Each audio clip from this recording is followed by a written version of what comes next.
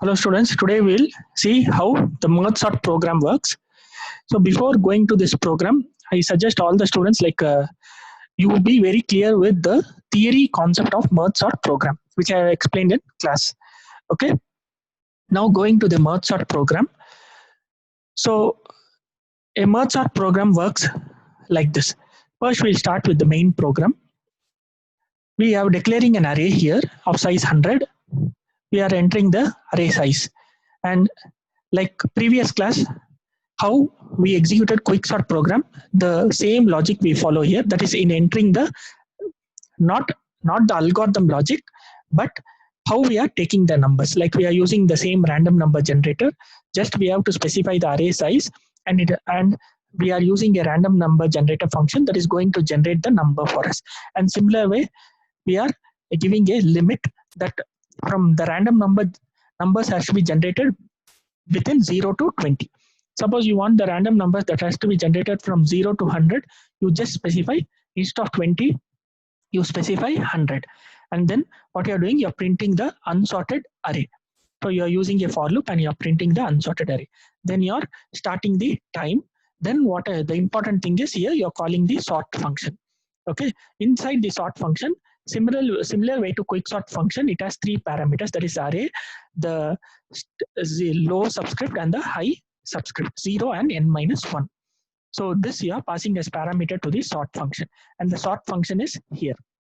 Inside the sort function, like the logic of merge sort function is going on dividing the array into smaller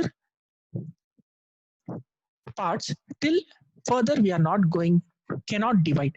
That is, we are going, suppose there are 3 or 4 numbers in the array, we are going to divide the 4 numbers into single elements, and till the further we are not able to divide, and afterwards we are going to merge it, and while merging it we are going to sort it also. So we will see how it happens.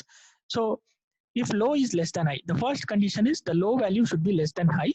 The first thing is you have to calculate the mid element, and after calculating the mid element, the left hand side of the array is from low to mid, and the right hand side of the array is mid plus 1 to high. Okay, so here we have got two arrays, that is left hand side of the array as well as the right hand side of the array. So the left hand side of the array is having the values from low to mid, and the right hand side of the array is having a values from mid plus 1 to high. And again, if you see here, the sorting function is a recursive function. This function is called till further we are not able to divide the array. So it's a recursive function.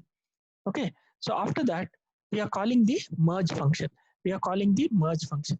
How merge function works is, so merge function first takes the parameters array, low, mid, and high. So using these parameters, the I value takes the value low, the j value takes the value mid plus 1, and the k value is a new array which is pointing to a new array to hold the values. Okay, it's a new array. So example, suppose we consider A as our left array and B as our right array, we'll take C as our new array. So just you assume K is pointing to the new array C. Okay, K is pointing to the new array C. So now we will see how the logic works. So we will start with a while loop. So I is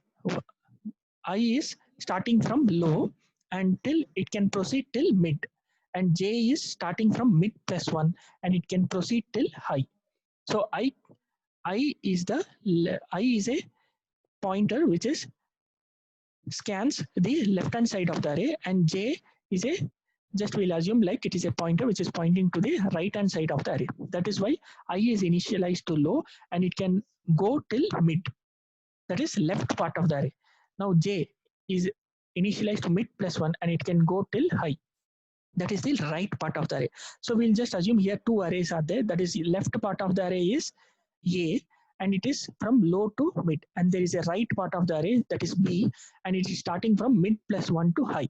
Just with this assumption, what we will do is we will compare the elements in the left part of the array as well as the right part of the array. See, I is pointing to the left part of the array and j is pointing to the right part of the array. So we are comparing the elements from both the arrays.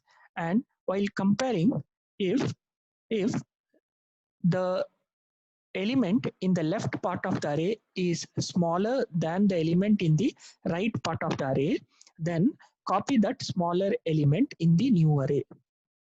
Okay, see, if the array value that is in the left array is smaller than the array value that is in the right array, then see here, smaller, less than symbol means smaller, then copy that smaller value in the new array.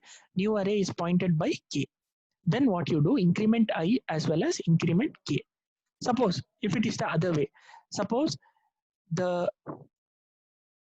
array in the array value, if the number in the left hand side of the array is not less but it is greater than the right hand side of the array, then what you do, copy then the else part will work. Then what you do, copy the number with smaller number which is in the right array to the newer array.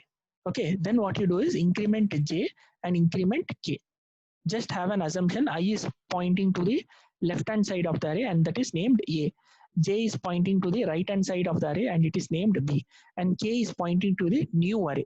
So the numbers that is filled in the new array is like this, is the smallest number from the both the arrays is selected and it is been filled in the new array. Like this we proceed and finally we'll get a sorted array. Then what is this code? Then few after doing this procedure, few numbers will be remaining. The remaining numbers from the left hand side of the array as well as the right hand side of the array are copied to the new array. The remaining numbers from, see, this is I less than or equal to mid. The remaining numbers from the left hand side of the array are copied to the new array, and this is the remaining numbers from the right hand side of the array are copied to the new array. And this is the array is been the full result array is been copied to array M. Now the array is sorted. Okay, starting from low to high, the whatever values are there in result array is copied to array M. So now the array is sorted. Okay, this is how the merge sort function works. Okay, like after that, after we have called the merge sort function and I told you what is happening there, after that we'll calculate the stop time. Then we are going to calculate the elapsed time. So elapsed time is the time spent in sorting the numbers. Afterwards, we are going to print the elapsed time as well as the sorted array. Okay, so that ends your program. Now I'll show the execution of this program. So I'll run the file. So I'll just enter 5 as the array size. So the numbers randomly generated are 10, 10, 18, 13, and 7. And the time taken to sort this array is 5200 nanosecond. And the sorted array is 7, 10, 10, 13, 18. Like this, the numbers are sorted. And suppose you want to see one more option, like if I suppose change this 20 to 50, then random numbers will be selected within a range 0 to 50.